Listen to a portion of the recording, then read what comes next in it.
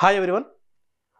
క్రితం వీడియోలో డీసీ జనరేటర్కి సంబంధించిన బేసిక్స్, ఎట్లా పనిచేస్తుంది, ఈఎంఎఫ్ ఎలా ఉత్పత్తి అవుతుంది, ఎంత ఈఎంఎఫ్ ఉత్పత్తి అవుతుంది, ఏ దిశలో ఉత్పత్తి అవుతుంది, దానికి సంబంధించిన డిస్కషన్ చూసినాం.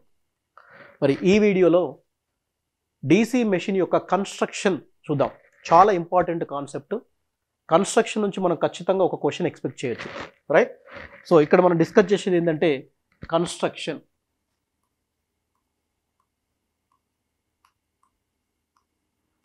డీసీ మెషిన్ యొక్క కన్స్ట్రక్షన్ చూద్దాం. డీసీ మెషిన్ రాగానే డీసీ మెషిన్లో మనం డిస్కస్ చేయాల్సింది ఏంటంటే ఏ మెషిన్ అయినా సరే, ఏ రొటేటింగ్ మెషిన్ అయినా సరే మనకి ముఖ్యంగా రెండు భాగాలు ఉంటాయి. అందులో ఒకటి స్టేటార్, ఒకటేంటి స్టేటార్, రెండవది వచ్చేసి రోటార్. ఓకేనా? ఒకటి స్టేటార్, రెండవది రోటార్. ఈ రెండు భాగాలు ఉంటాయి. కానీ డీసీ మెషిన్ దగ్గరికి రాగానే ఈ రెండు భాగాలతో పాటు ఇంకొక భాగం ఉంటుంది. ఆ ఇంకొక భాగమే కాముటేటర్. ఇంకొక భాగం ఏంటిది? కాముటేటర్. మరి ఎందుకు అన్ని మెషిన్లలో స్టేటారు రోటారు మాత్రమే ఉంటే మరి ఎందుకు డీసీ మెషిన్లో మాత్రం మనకి కాముటేటర్ అనే ఎక్స్ట్రా పార్ట్ ఎందుకు ఉంది అనే డిస్కషన్ చూస్తే, మనం క్రితం సెషన్లో చూసినప్పుడు మనకు ఆర్మేచర్ లేదా కండక్టర్లో ఉత్పత్తి అయ్యే ఈఎంఎఫ్ అనేది మనకు ఆల్టర్నేటింగ్ నేచర్లో ఉంది. ఎలా ఉంది? ఆల్టర్నేటింగ్ అంటే ఏసీ నేచర్లో ఉంది. మరి ఏసీ నేచర్లో ఉన్న వేవ్ ఫాము మనమేమో డీసీ జనరేటర్ అని, డీసీ మోటార్ అని, డీసీ మెషిన్ అని మాట్లాడుకుంటున్నాం. మరి మనం కండక్టర్లోనేమో కండక్టర్లో ఉత్పత్తి అయిన ఈఎంఎఫ్ ఏమో ఎట్లా ఉంది? మనకి ఏసీ నేచర్లో ఉంది. మరి ఆ ఏసీని డీసీ కింద కన్వర్ట్ చేయాలి కదా. ఆ ఏసీని డీసీ కింద కన్వర్ట్ చేయడం కోసం మనకున్న స్పెషల్ పార్టే ఇక్కడ మనకి కాముటేటర్. ఈ కాముటేటర్ యొక్క ఫంక్షన్ ఏంటి అంటే ఏసీని డీసీగా మార్చుతుంది. మనకు ఏసీని డీసీగా మార్చే డివైజ్ పేరు ఏంటి అంటే మనం ఎలక్ట్రానిక్స్లో చూస్తాం, అది ఏంటంటే రెక్టిఫైయర్. ఏసీని డీసీగా మార్చే డివైజ్ పేరు ఏంటి అంటే రెక్టిఫైయర్. కానీ ఇక్కడ రెక్టిఫైర్ ఇది డివైజ్ కాదు. ఈ రెక్టిఫైర్ అనేది ఆర్మేచర్ లేదా రోటార్తో పాటు తిరుగుతూ ఉంటుంది కాబట్టి దీన్నే మనం ఏమంటామంటే మెకానికల్ రెక్టిఫైర్ అంటాం. ఏమంటాం? Mechanical rectifier. అంటే రోటార్తో పాటు తిరుగుతూ ఏసీని డీసీగా కన్వర్ట్ చేస్తుంది. ఏసీని డీసీగా కన్వర్ట్ చేసి దాన్ని రెక్టిఫైర్ అంటాం. అది తిరుగుతూ చేస్తుంది కాబట్టి మెకానికల్ రెక్టిఫైర్ అంటాం, రైట్?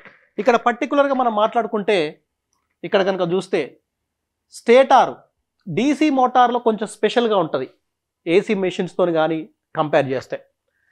డీసీ జనరేటర్లో స్టేటార్ పైన మనకి ఇక్కడ ఫీల్డ్ వైండింగ్ ఉంటుంది.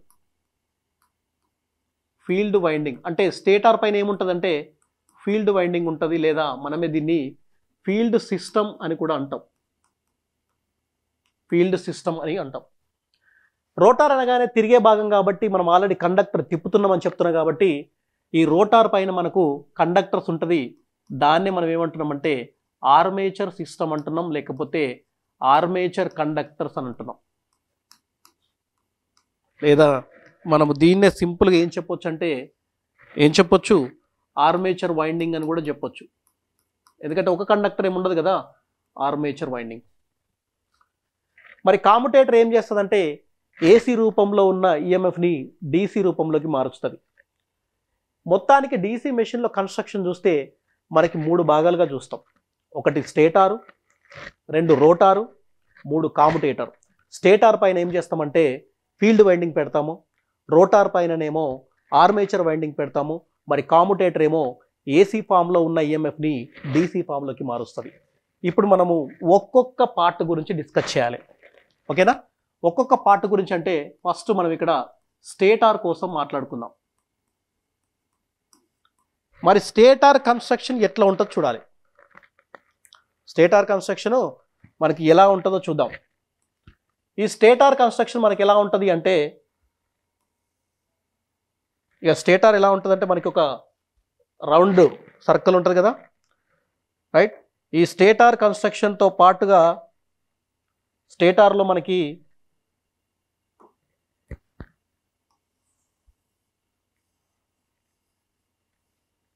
స్టేటార్లో ఇది మనకి వచ్చేసి ఇది స్టేటార్ కోరు, రైట్, స్టేటార్ కోరు. మరి ఈ స్టేటార్ని దేంతో తయారు చేస్తాం అనే క్వశ్చన్ వస్తుంది. ఇది వచ్చేసి మనకి స్టేటార్. ఏంటిది? స్టేటార్.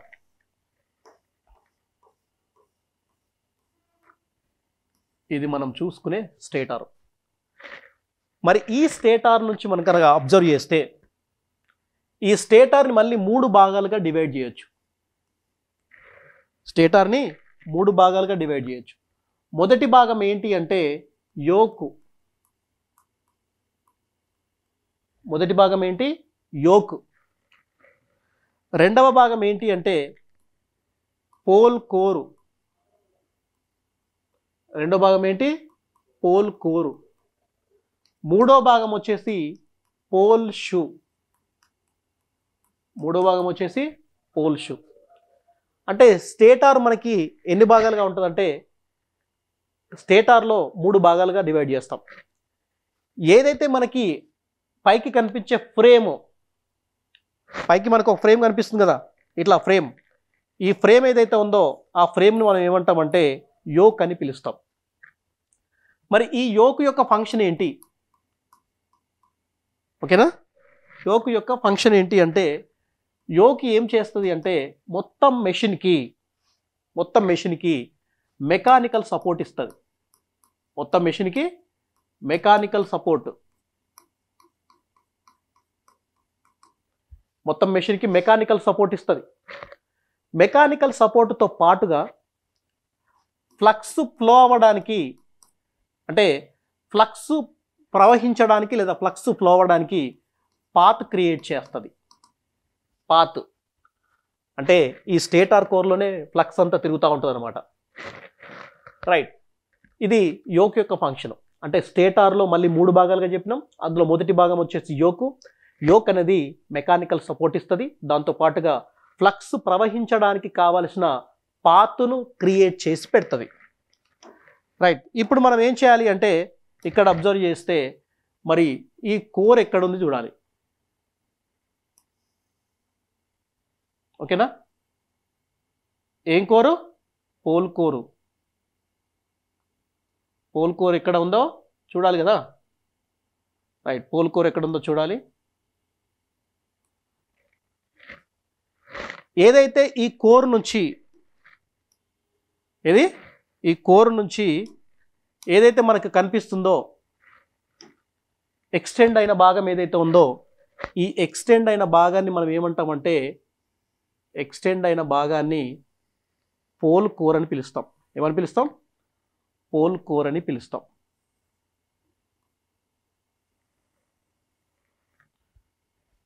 ఏదైతే మనకి ఎక్స్టెండ్ అయిన భాగం కనిపిస్తుందో దాన్ని పోల్ కోర్ అని పిలుస్తాం.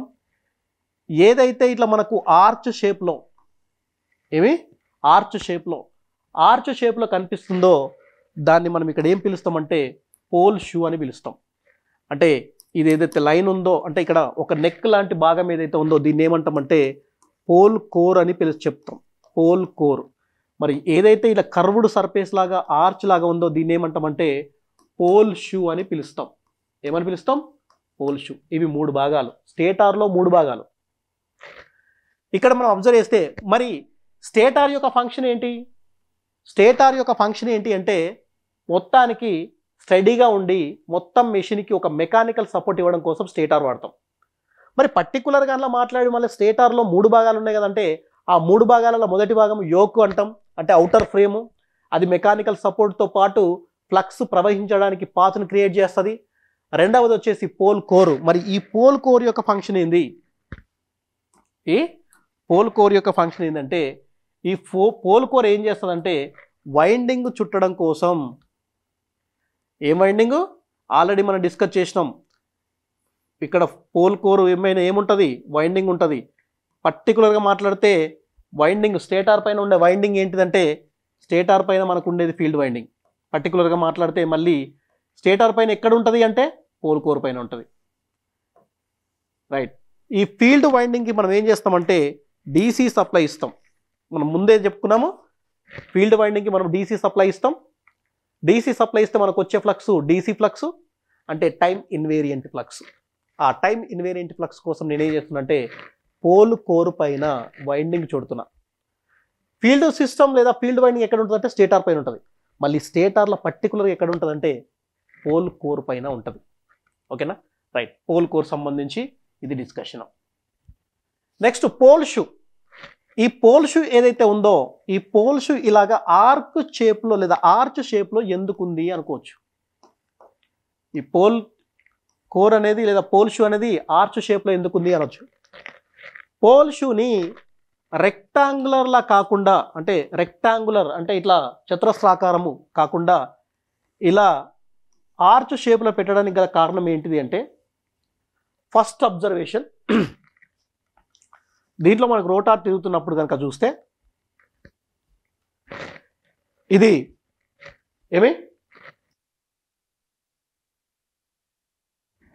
ఇది రోటార్ కదా, రైట్. ఈ రోటార్ పైన మనకి ఏముంటుందంటే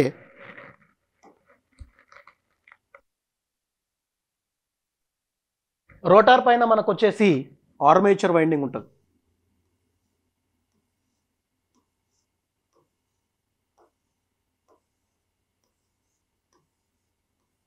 రోటార్ పైన వచ్చేసి మనకి ఆర్మేచర్ వైండింగ్ ఉంటుంది, రైట్. ఈ ఆర్మేచర్ వైండింగ్ రోటార్ తిరిగిన కొద్దీ ఆర్మేచర్ వైండింగ్ మ్యాగ్నెటిక్ ఫీల్డ్లో తిరుగుతుంటుంది. ఓకేనా,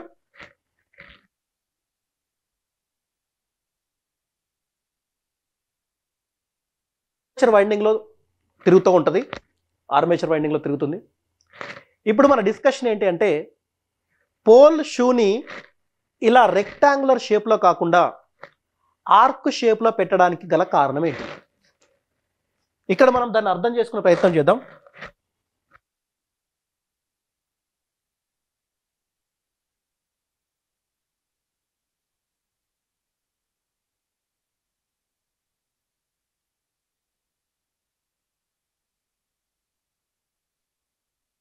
రైట్, ఇప్పుడు మనం అర్థం చేసుకుందాం.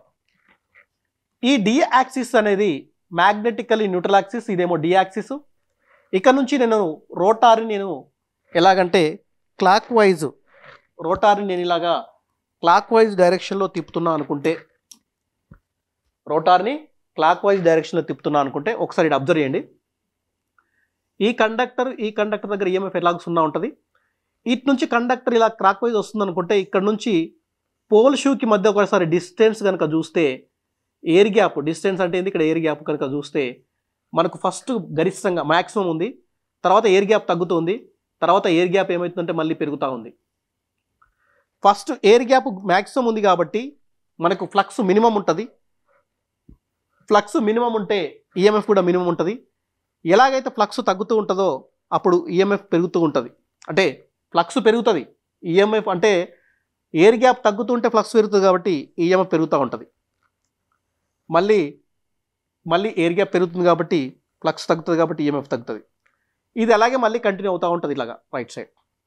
ఇది మనకి పోల్ షూ చతురస్రాకారం ఉంటే వచ్చే ఈఎంఎఫ్ యొక్క ఆకారం. ఒకవేళ నేను ఆర్క్ షేప్లో ఆర్క్ షేప్లో చేస్తే మీరు దీన్ని కనుక అబ్జర్వ్ చేస్తే ఎయిర్ గ్యాప్ అనేది పెంచడం తగ్గించడం అట్లా ఏం లేదు, ఒక సమానమైన ఎయిర్ గ్యాప్ కలిగి ఉంటుంది. కాబట్టి ఇప్పుడు మనకు వచ్చే ఈఎంఎఫ్ అనేది ఎట్లా ఉంటుందంటే ఫ్లాట్ టాప్డ్ ఉంటుంది. దీన్నే మనం ఏమంటామంటే ట్రెపిజాయిడల్ అంటాం. ఏమంటాం? ఫ్లాట్ టాప్డ్ లేదా ట్రెపిజాయిడల్. ఈ ఫ్లాట్ టాప్డ్ ట్రెపిజాయిడల్ నుంచి కనుక కంపేర్ చేస్తే మనకున్న అడ్వాంటేజ్ ఏంటంటే సైన్ వేవ్ యొక్క మ్యాక్సిమం వాల్యూ విఎం అయితే సైన్ వేవ్ యొక్క ఆర్ఎంఎస్ వాల్యూ ఎంత ఉంటుందంటే 70% ఉంటుంది. ఎంత ఉంటుంది? 70% లేదంటే 0.707 టైమ్స్ విఎం, అంటే విఎంలో 0.707 టైమ్స్ ఉంటుంది. మరి యావరేజ్ వాల్యూ ఎంత ఉంటుంది అంటే యావరేజ్ వాల్యూ 0.636 టైమ్స్ ఉంటుంది. అంటే మనం ఒకవేళ పర్ యూనిట్ కాకుండా 100% చెప్తే సైన్ వేవ్ 100 వోల్ట్స్ మ్యాక్సిమం ఉంటే ఆర్ఎంఎస్ 70.7 వోల్ట్స్ ఉంటుంది. యావరేజ్ 63.6 వోల్ట్స్ ఉంటుంది యావరేజ్ వాల్యూ. అదే మనకు ఫ్లాట్ టాప్డ్ తీసుకుంటే ఫ్లాట్ టాప్డ్ అనేది దీన్నే స్క్వయర్ కానీ ఫ్లాట్ టాప్డ్ కానీ ట్రెపిజాయిడల్ కానీ యావరేజ్ వాల్యూ ఎంత ఉంటుంది అంటే గరిష్ట విలువ లేదా మ్యాక్సిమం విలువ విఎం అయితే ఆర్ఎంఎస్ విలువ కూడా విఎంఏ, యావరేజ్ కూడా విఎంఏ. అంటే maximum value, average value, RMS value అన్ని విఎంఏ. సో ఇలా నేను పోల్ షూని ఆర్క్ షేప్లో నిర్మించుకోవడం వల్ల, ఆర్క్ షేప్లో డిజైన్ చేసుకోవడం వల్ల నాకు వచ్చే ఈఎంఎఫ్ అనేది ఇట్లా ఫ్లాట్ టాప్డ్ షేప్లో ఉంటుంది కాబట్టి నాకు యావరేజ్ వాల్యూ ఎక్కువ వస్తుంది. దాంతో పాటుగా ఇలా స్క్వయర్ షేప్లో కాకుండా పోల్ షూని ఆర్చ్ షేప్లో చేయడం వల్ల నాకు 70 to 80% మెషిన్ అనేది కోర్తోని నిండుగా చెప్పబడి ఉంటుంది, ఎయిర్ గ్యాప్ తక్కువ అవుతుంది. అదే చతురస్రం అంటే స్క్వేర్ లాగా డిసైడ్ చేస్తే ఎయిర్ గ్యాప్ ఎక్కువ ఉండే ఛాన్స్ వస్తుంది. ఒకవేళ ఇలాగా చేస్తే మనకు 70 to 80% ఆఫ్ ద కోర్ అనేది ఎయిర్ గ్యాప్ లేకుండా కవర్ చేసినట్టు అవుతుంది. కాబట్టి నేను పోల్ షూని ఎలాగా అంటే చతురస్రాకారం కాకుండా ఆర్చ్ షేప్లో చేసుకుంటున్నా. ఇది స్టేటార్ యొక్క కన్స్ట్రక్షన్. స్టేటార్ పైన ఫీల్డ్ వైండింగ్ ఉంటుంది, పర్టికులర్గా మాట్లాడితే పోల్ కోర్ పైన ఉంటుంది. మరి పోల్ కోర్ యొక్క ఫంక్షన్ ఏంటంటే ఫీల్డ్ వైండింగ్ పెట్టడానికి. పోల్ షూ యొక్క ఫంక్షన్ ఏంటి అంటే ఎయిర్ గ్యాప్ తగ్గించడానికి, మళ్ళీ ఫ్లాట్ టాప్డ్ వేవ్ లేదా స్క్వేర్ వేవ్ లాగా రావడం కోసం మనము పోల్ షూని ఆర్చ్ షేప్లో డిజైన్ చేస్తాం. ఇంకా యోక్ యొక్క ఫంక్షన్ ఏంటి అంటే మెకానికల్గా సపోర్ట్ ఇస్తూనే ఫ్లక్స్ యొక్క పాత్ని ఏర్పరుస్తుంది అన్నమాట. ఓకేనా, ఇది స్టేటార్ యొక్క ఫంక్షన్. మరి రోటార్ యొక్క ఫంక్షన్ ఏంటి చూద్దాం. స్టేటార్ ఫంక్షన్ అయిపోయింది, మరి రోటార్ ఎలా ఉంటుందో చూడాలి కదా. ఇక్కడ మనము రోటార్ డిజైనింగ్ చేద్దాం. ఏం చేద్దాం? Rotor designing. మరి రోటార్ అంటే ఎలా ఉంటుంది అనేది చూద్దాం.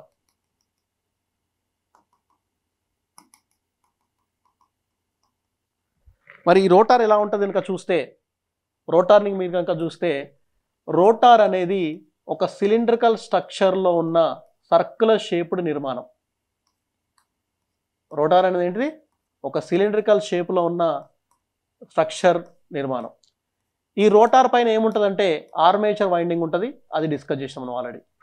రోటార్ పైన ఏముంటుంది? మనకి ఆర్మేచర్ వైండింగ్ ఉంటుంది. రోటార్ పైన మనకి ఆర్మేచర్ వైండింగ్ ఉంటుంది. ఈ రోటార్ పైన ఉండేది ఆర్మేచర్ వైండింగ్ కాబట్టి ఈ ఆర్మేచర్ వైండింగ్ ఏదైతే ఉందో ఈ ఆర్మేచర్ వైండింగ్ అనేది రోటార్ పైన స్లాట్లలో, అంటే వైండింగ్ పెట్టాలంటే మనకి ఖచ్చితంగా వైండింగ్ పెట్టడానికి మనకు ప్రొవిజన్ ఉండాలి. ఆ ప్రొవిజన్ ఏంటంటే ఇక్కడ మనకు స్లాట్లు, ఈ స్లాట్లలో మనకు ఆర్మేచర్ వైండింగ్ ఏం చేస్తామంటే పెడతాం. ఈ స్లాట్లలో మనకి ఆర్మేచర్ వైండింగ్ పెడతాం. ఇది రోటార్ యొక్క కన్స్ట్రక్షన్. అంటే రోటార్ కనుక అబ్జర్వ్ చేస్తే మనకి ఇలా రోటార్ అనేది ఇలా ఉంటుంది. రైట్. సో ఈ నుంచి చూస్తే మరి రోటార్ పైన మనకి స్లాట్స్ ఉంటాయి. ఈ స్లాట్స్ సహాయం చేత స్లాట్స్ సహాయం చేత మనము ఆర్మేచర్ వైండింగ్ని పెడుతుంటాం అనమాట. స్లాట్ సహాయం చేత ఆర్మేచర్ వైండింగ్ని పెడతాం. ఇది rotor.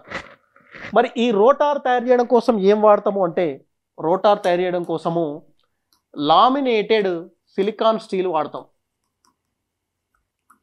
Laminated silicon steel, laminated steel లేదా లామినేటెడ్ సిలికాన్ స్టీల్ వాడతాం.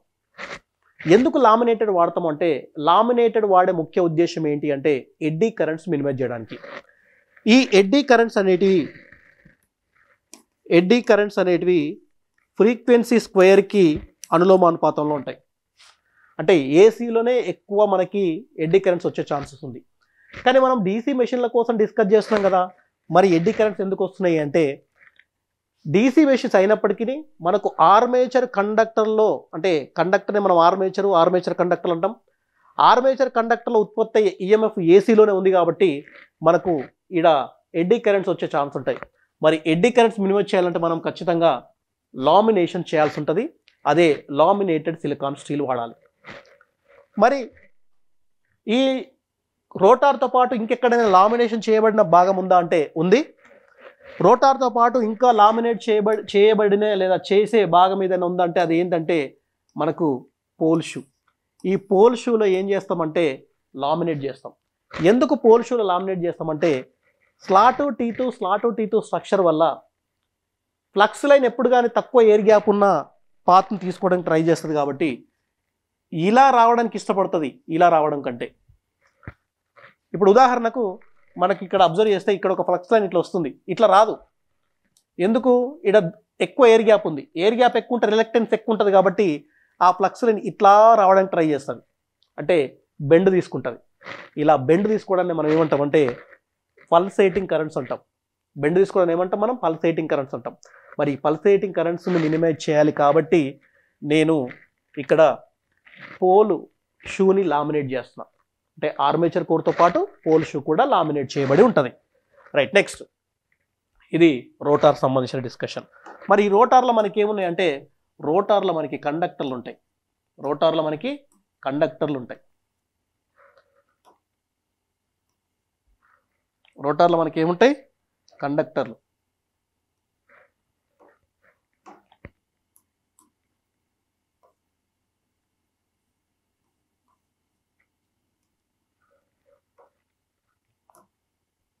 రోటార్లో మనకి ఏముంటాయి అంటే కండక్టర్లు ఉంటాయి.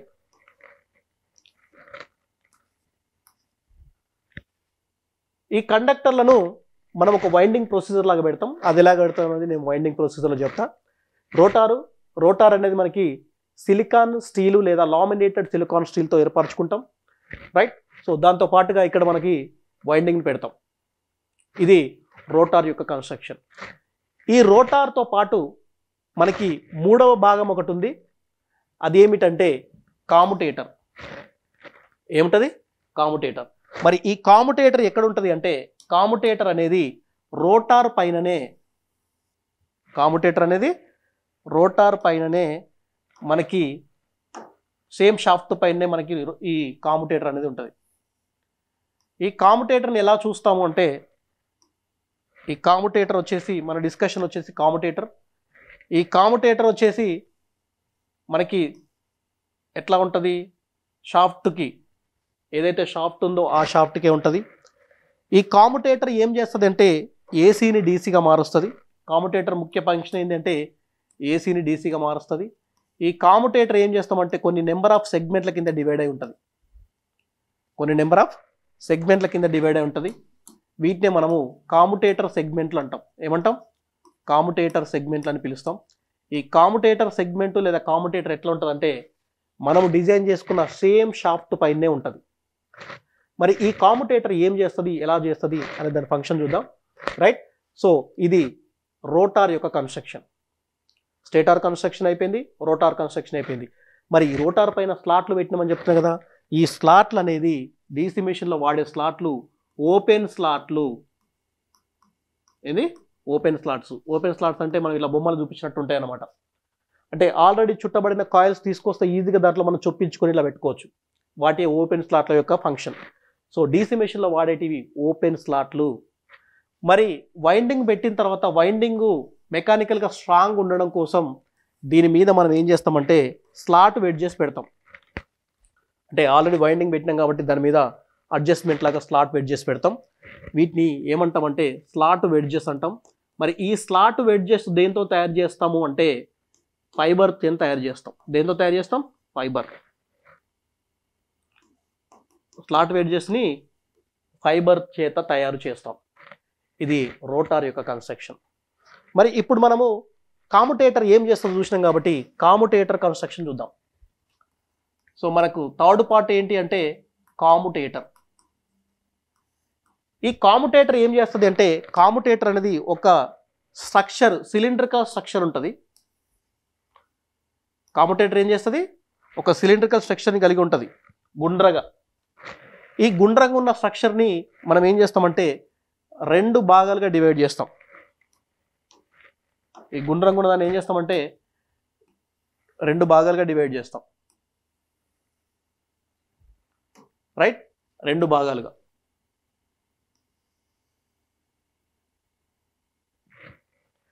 ఈ రెండు భాగాలుగా డివైడ్ చేసి మనం ఇక్కడ ఏం చేస్తామంటే ఆ రెండు భాగాల మధ్యలో అంటే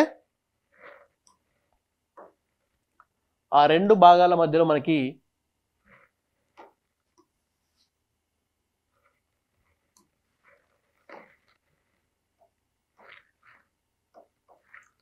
ఇది కాముటేటర్ సెగ్మెంట్లు. సిలిండ్రికల్ స్ట్రక్చర్లో ఉంటుంది, స్టీల్ చేత తయారు చేస్తాము. ఇది యూజువల్గా సిలిండ్రికల్ స్ట్రక్చరు. దీన్ని మనం రెండు భాగాల కింద డివైడ్ చేస్తాం, రెండు అర్ధచంద్రాకాలుగా డివైడ్ చేస్తాం. ఓకేనా, ఈ ఎగ్జాంపుల్ రెండుగా చెప్తున్నా. యూజువల్గా కాముటేటర్ సెగ్మెంట్లని మనము ఎన్ని రకాలు డివైడ్ చేస్తాం కొంచెం ముందుకెళ్ళక చూద్దాం. రైట్, వీటిని ఏమంటామంటే మనము కాముటేటర్ సెగ్మెంట్లు అంటాం. ఏమంటాం? కాముటేటర్ సెగ్మెంట్.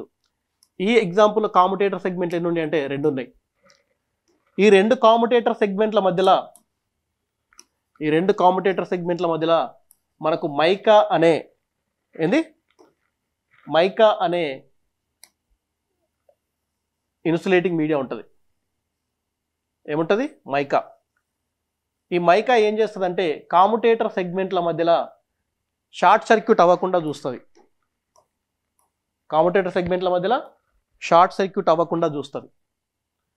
మరి ఈ షార్ట్ సర్క్యూట్ అవ్వకుండా చూసే దీన్ని దేంతో తయారు చేస్తాము అంటే మైకా చేత తయారు చేస్తాం. ఈ కాముటేటర్ సెగ్మెంట్ ఏ, కాముటేటర్ సెగ్మెంట్ బి మధ్యలో మనకి ఇక్కడ ఏముంది? ఒక మైకా అనే ఇన్సులేటర్ ఉంది. ఈ కాముటేటర్ సెగ్మెంట్లకు స్లిప్ రింగ్ కనెక్షన్ల సహాయం చేత బ్రష్లు కనెక్ట్ చేయబడి ఉంటాయి. ఏంది? బ్రష్లు.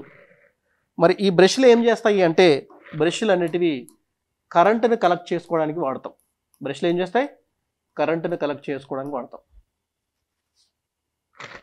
ఈ కాముటేటర్ సెగ్మెంట్లు మరి ఎన్ని ఉంటాయి? ఇది ఏసీ డీసీ ఎట్లా చేస్తావో తర్వాత చూద్దాం. ముందు దీని యొక్క కన్స్ట్రక్షన్ చూడాలి కాబట్టి ఒకటి గుర్తుపెట్టుకోండి. కాముటేటర్ సెగ్మెంట్లను ఇక్కడ ఎన్ని కాముటేటర్ సెగ్మెంట్ ఉన్నాయి? రెండు కాముటేటర్ సెగ్మెంట్ ఉన్నాయి. యూజువల్గా ఎన్ని ఉంటాయి అంటే కాముటేటర్ సెగ్మెంట్లను మనము హార్డ్ డ్రాన్ కాపర్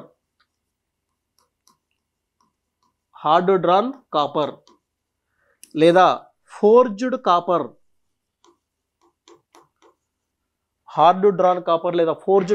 చేత తయారు చేస్తాం. మరి ఈ కాముటేటర్ సెగ్మెంట్ల యొక్క సంఖ్య ఎట్లుంటుంది అంటే ఎన్ని కాయిల్స్ ఉంటే అన్ని కాయిల్స్ ఎన్ని ఉంటాయి అంటే ఆర్మేచర్ కాయిల్స్ ఎన్ని ఉంటే అన్ని కాముటేటర్ సెగ్మెంట్స్ ఉంటాయి. నేను ఎగ్జాంపుల్ కింద రెండే చెప్పిన, కానీ కాముటేటర్ సెగ్మెంట్లు ఎప్పుడు కానీ కాయిల్స్ సంఖ్యకు సమానంగా ఉంటాయి. కాయిల్స్ సంఖ్యకి సమానంగా ఉంటుంది. మరి బ్రష్లు ఎన్ని ఉంటాయి అంటే ఎన్ని ప్యారలల్ పాత్స్ ఉంటే అన్ని ఉంటాయి. మరి ఈ బ్రష్ల యొక్క స్థానం అనేది ఫిక్స్డ్గా ఉంటుంది. దీనికి ఇట్లా మనము ఫ్రిక్షన్ అంటే ఇట్లా టచ్ చేస్తూ ఈ కాముటేటర్ సెగ్మెంట్స్ తిరుగుతూ ఉంటాయి. అంటే కాముటేటర్ సెగ్మెంట్ తిరుగుతూ ఉంటాయి కానీ బ్రష్లు తిరగవు. బ్రష్లు అనేటివి స్టేటర్ యొక్క అంటే మెషిన్ యొక్క స్టేటర్కి ఆ బాడీకి ఫిక్స్ చేసి ఉంటాయి, ఇవి తిరగవు. మరి బ్రష్ల యొక్క ఫంక్షన్ ఏంటి అంటే కరెంటును కలెక్ట్ చేసుకుంటాయి. ఏం చేస్తుంది? కలెక్ట్స్ ద కరెంటును కలెక్ట్ చేసుకుంటాయి. మరి ఈ బ్రష్లు దేంతో తయారు చేస్తారు అంటే బ్రష్ల్ని మనము కార్బన్ లేదా గ్రాఫైట్ చేత తయారు చేస్తాం. సో కొన్ని చిన్న మెషిన్లు అయితే మనకి కాపర్తో కూడా తయారు చేస్తాం. కానీ ఇక్కడ మనం ఐడెంటిఫై చేసుకోవాల్సింది కాపర్ని హైలైట్ చేసుకోవాలి.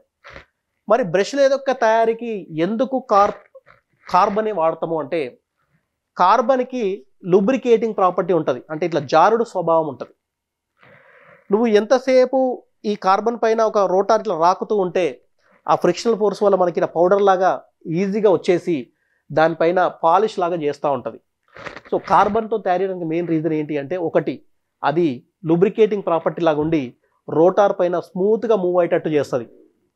ఒకటి రోటార్ పైన ఉన్న ఈ కమ్యుటేటర్ సెగ్మెంట్ను పాలిష్ చేస్తుంది.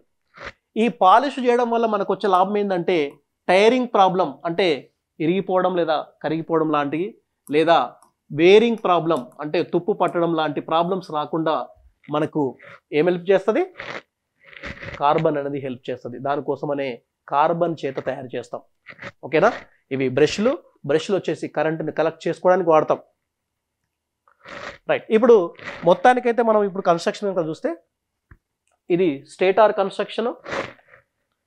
ఓకేనా? ఇది వచ్చేసి రోటార్ కన్స్ట్రక్షన్. ఈ మధ్యలో ఉంది కాముటేటర్ సెగ్మెంట్లు, అదే నేను ఇక్కడ చూపించిన. దీని కనెక్షన్ ఎట్లా ఇస్తాం అనేది మనం డిస్కస్ చేస్తాం. దాని తర్వాత వచ్చేసి ఇది కాముటేటర్ సెగ్మెంట్స్. ఏమి? కాముటేటర్ సెగ్మెంట్లు. మరి కాముటేటర్ సెగ్మెంట్లకు మధ్యలో మైకా అనే ఇన్సులేటర్ ఉంటుంది. ఈ కాముటేటర్ సెగ్మెంట్లకు స్లిప్ రింగ్ టైప్ కనెక్షన్ లాగా బ్రష్లు అటాచ్ చేయబడి ఉంటాయి.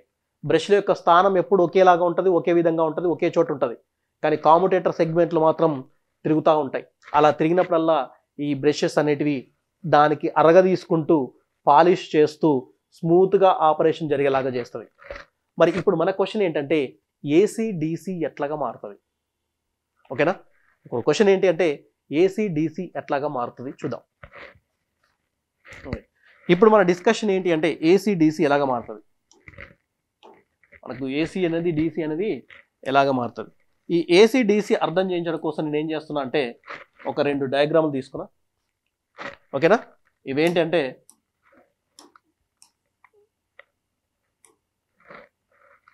ఓకేనా 2 కాముటేటర్ సెగ్మెంట్లు నేను అబ్జర్వ్ చేస్తున్నాను. ఇవి 2 కాముటేటర్ సెగ్మెంట్లు. ఈ కాముటేటర్ సెగ్మెంట్ ఎట్లా డివైడ్ చేయబడి ఉంటుందని చెప్పినా కదా. కాముటేటర్ సెగ్మెంట్లు ఇలాగ డివైడ్ చేయబడి ఉంటుంది.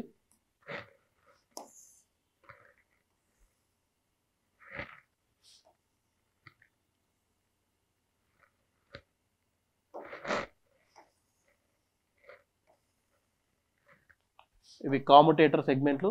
మనము ఇట్లా క్రాస్ సెక్షన్ వ్యూ కాకుండా దీని ఆపరేషన్ ఇలా చూస్తున్నాం.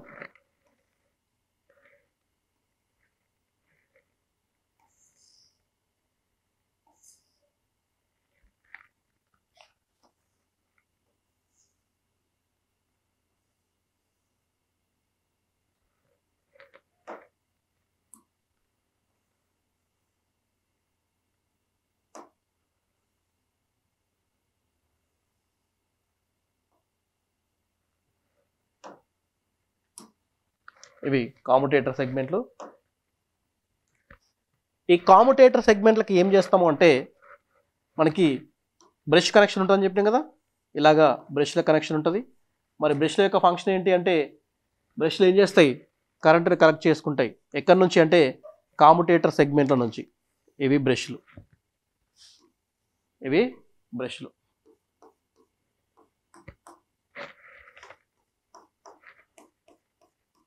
ఇక్కడ బ్రష్లు ఎక్స్ వై, ఇక్కడ బ్రష్లు ఎక్స్ వై అనుకుందాం. ఈ కాముటేటర్ సెగ్మెంట్లకు తోని మనకి ఏముంటుందంటే కండక్టర్ కనెక్ట్ చేసి ఉంటుంది. కాముటేటర్ సెగ్మెంట్లతో మనకి ఏముంటాయి అంటే కండక్టర్లు కనెక్ట్ చేయబడి ఉంటాయి. ఈ కండక్టర్లు కనెక్ట్ చేయబడి ఉన్నప్పుడు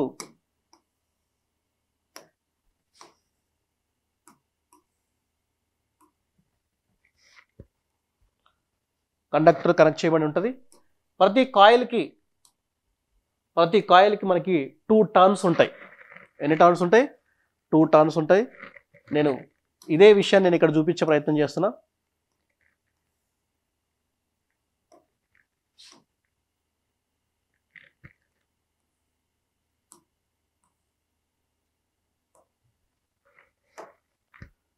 రైట్.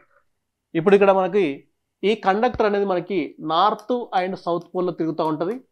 North south.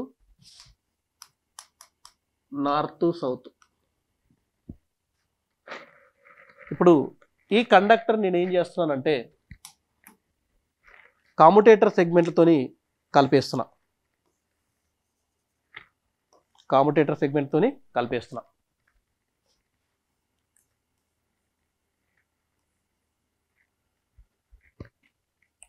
ఇది ఉదాహరణకి ఇక్కడ మనం ఏమనుకుంటున్నాం అంటే ఇది ఏ, ఇది బి, ఇది సి, ఇది డి అనుకుందాం. ఇది సి, ఇది డి, ఇది ఏ, ఇది బి. అంటే ఒక రొటేషన్ అయిన కొద్దీ అవి ఇంటర్చేంజ్ అవుతూ ఉంటాయి. ఈ కాముటేటర్ సెగ్మెంట్లు కూడా కాయిల్స్తో పాటు తిరుగుతూ ఉంటాయి, కానీ బ్రష్లు మాత్రం తిరిగాయి. ఈ బ్రష్ల యొక్క ఫంక్షన్ ఏంటి అంటే బ్రష్లు వచ్చేసి మనకు కరెంటుని కలెక్ట్ చేస్తూ ఉంటాయి. ఇలా మనం ఎక్స్టర్నల్గా లోడ్ కనెక్ట్ చేస్తే కనుక ఆ లోడ్కి సరిపడా కరెంటుని మనకు ఆర్మేచర్ కాయిల్లో ఉత్పత్తి అయిన కరెంటు ఏం చేస్తుందంటే ఇలా తీసుకొచ్చి ఇస్తుంటాయి. ఇప్పుడు మనకి ఎలా జరుగుతుంది, ఇక్కడ డిస్కషన్ ఎలా ఉంటుంది అంటే ఏబిసిడి ఇలా తిరుగుతూ ఉంటే మనకు తెలిసిన లాజిక్ ప్రకారం మ్యాగ్నెటిక్ ఫీల్డ్ నార్త్ నుంచి సౌత్కి వస్తుంది. కండక్టర్ క్లాక్ వైజ్ డైరెక్షన్ తిరుగుతుంది అనుకుంటే అప్వర్డ్స్ అనుకుంటే కరెంట్ ఇంటూ ద బోర్డ్, అంటే ఈడ అబ్జర్వ్ చేస్తే ఇది కరెంట్ ఇలా ఉంటుంది, ఇలా కరెంట్ ఇలా ఉంటుంది. మళ్ళీ ఇక్కడ ఏం జరుగుతుంది, సేమ్ ఇది డౌన్వర్డ్స్ కాబట్టి, అంటే ఇది పైకి వెళ్ళిందంటే ఇది కిందికి వస్తుంది కాబట్టి అప్పుడు ఏమవుతుంది, ఇది కరెంట్ ఇలా ఉంటుంది, ఈ కరెంట్ ఇలా ఉంటుంది. అంటే ఆర్మేచర్లో ఉత్పత్తి అయ్యే కరెంటు ఏసీ నేచర్లో ఉంటుందని చెప్పినాం కాబట్టి ఏసీ లాగా ఉత్పత్తి అవుతుంది. అది ఏ డైరెక్షన్లో ఉత్పత్తి అని మన బ్రష్లు మాత్రం కరెంటును ఇట్లా ఎక్స్ నుంచి వైకి కండక్ట్ చేస్తూ ఉంటాయి, ఎక్స్ నుంచి వైకి కండక్ట్ చేస్తూ ఉంటాయి. అలాగా ఆర్మేచర్లో ఉత్పత్తి అయ్యే కరెంట్ ఎలా ఉంటుందంటే మనం ఆల్రెడీ ఫ్లాట్ టాప్డ్ ఉంటుందని చూసుకున్నాం కదా. ఎలా చూసినాం, ఫ్లాట్ టాప్డ్ అని చెప్పుకున్నాం. ఎందుకు ఫ్లాట్ టాప్డ్, మనం ఆల్రెడీ దానికి సంబంధించిన యావరేజ్ వాల్యూ ఎక్కువ ఉంటుంది కాబట్టి ఫ్లాట్ టాప్డ్ అనే విషయం చెప్పుకున్నాం. ఇప్పుడు దీని నుంచి మనం ఏం రాయొచ్చు అంటే ఇది ఫ్లాట్ టాప్డ్ కాబట్టి ఇది ఫ్లాట్ టాప్డ్.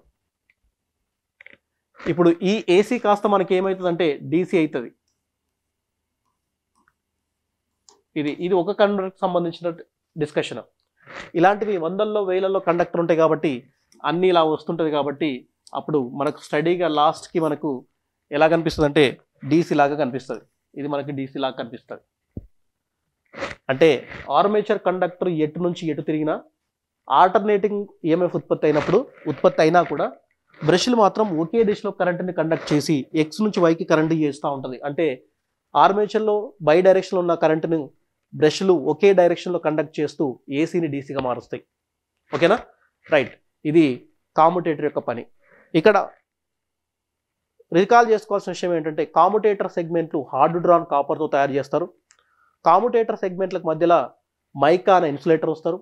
కామ్యుటేటర్ సెగ్మెంట్లు ఎప్పుడు కానీ ఎన్ని కాయిల్స్ ఉంటే అన్ని ఉంటాయి. బ్రష్లు ఏమో ఎన్ని ప్యారల్ పాత్స్ ఉంటే అన్ని ప్యారల్ పాత్స్ ఉంటాయి. రైట్. బ్రష్లు వచ్చేసి కార్బన్ చేత తయారు చేస్తాం లేదా గ్రాఫైట్ చేత, చిన్న మెషిన్లు అయితే కాపర్ చేత కూడా తయారు చేస్తాం. ఇది టోటల్గా డీసీ మెషిన్ యొక్క కన్స్ట్రక్షన్. డీసీ మెషిన్లో ముఖ్యంగా మనకు 3 భాగాలు ఉంటాయని చూసినాం. స్టేటారు, ఇది రోటారు, దాని తర్వాత డిస్కస్ చేసేది మనకు కామ్యుటేటర్. మొత్తానికైతే డీసీ మెషిన్ యొక్క కన్స్ట్రక్షన్కి సంబంధించిన డిస్కషన్ ఇది, రైట్.